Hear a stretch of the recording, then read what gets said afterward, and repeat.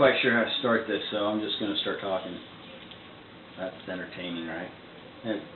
90% of people just turn me off, but won't even bother looking. However, there's a story here, Craters of the Moon National Monument and Preserve. You need to look up a town called Arco. Is it Arco? Yeah, it's Arco out in Idaho. And this would affect them directly. There's a place called Craters of the Moon National Monument. Is it a monument? Yeah, and Preserve. National Park Service, Bureau of Land Management, and the U.S. Department of the Interior. So, let's see, an editorial. In the centennial year, this is, by the way, is the National Park Service 100th year anniversary. They want to celebrate it with a much-deserved Craters of the Moon National Park. So they're planning on turning this place into a national park. Because it's so deserving of national park status. I'm not sure why it's deserving of anything, but not like it's a person. Their pitch is it's going to bring in money for the town of Arco. I haven't read anything on anybody from Arco, Idaho, actually having a say in any of this.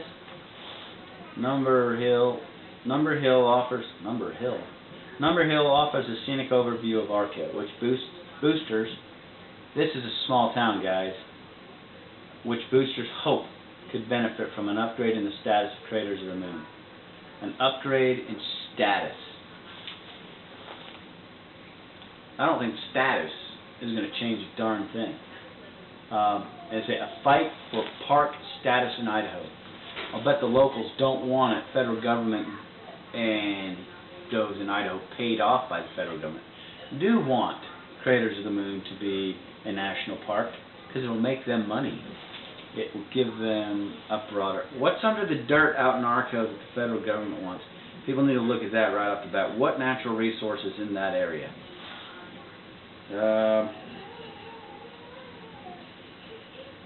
Anyway, go check it out. This is the Idaho Statesman. You can get gather your information, volume 151, number 194, February 4th of 2016.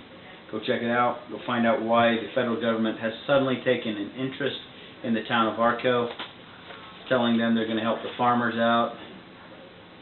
Here we go. They need an infusion of commerce out there, and if this does it for them, that would be great. And you look at this in the main town of Arco. It's a really, really small town.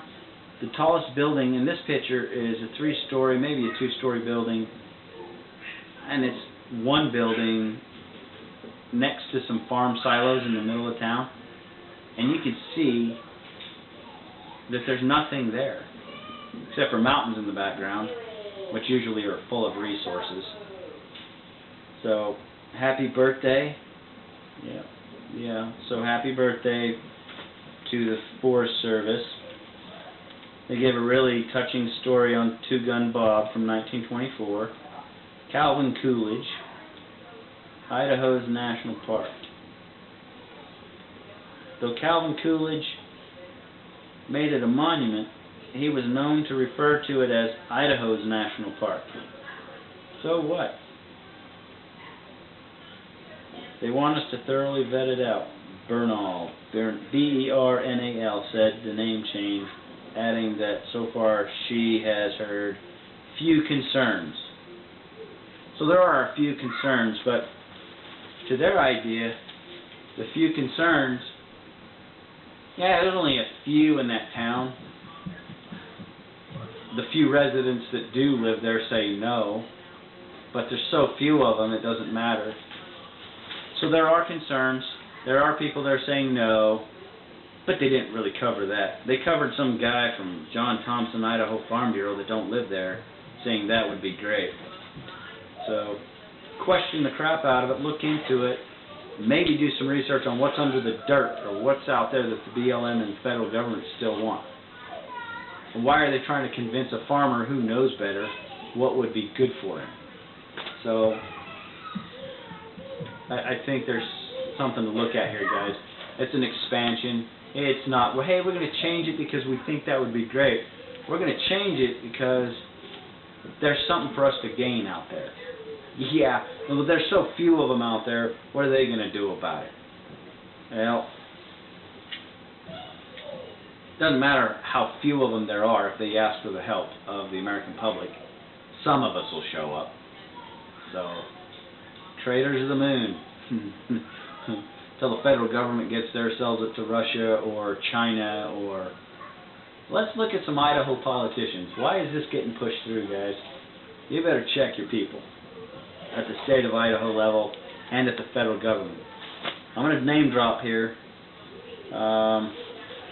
Let's see here. Trying to think of the names.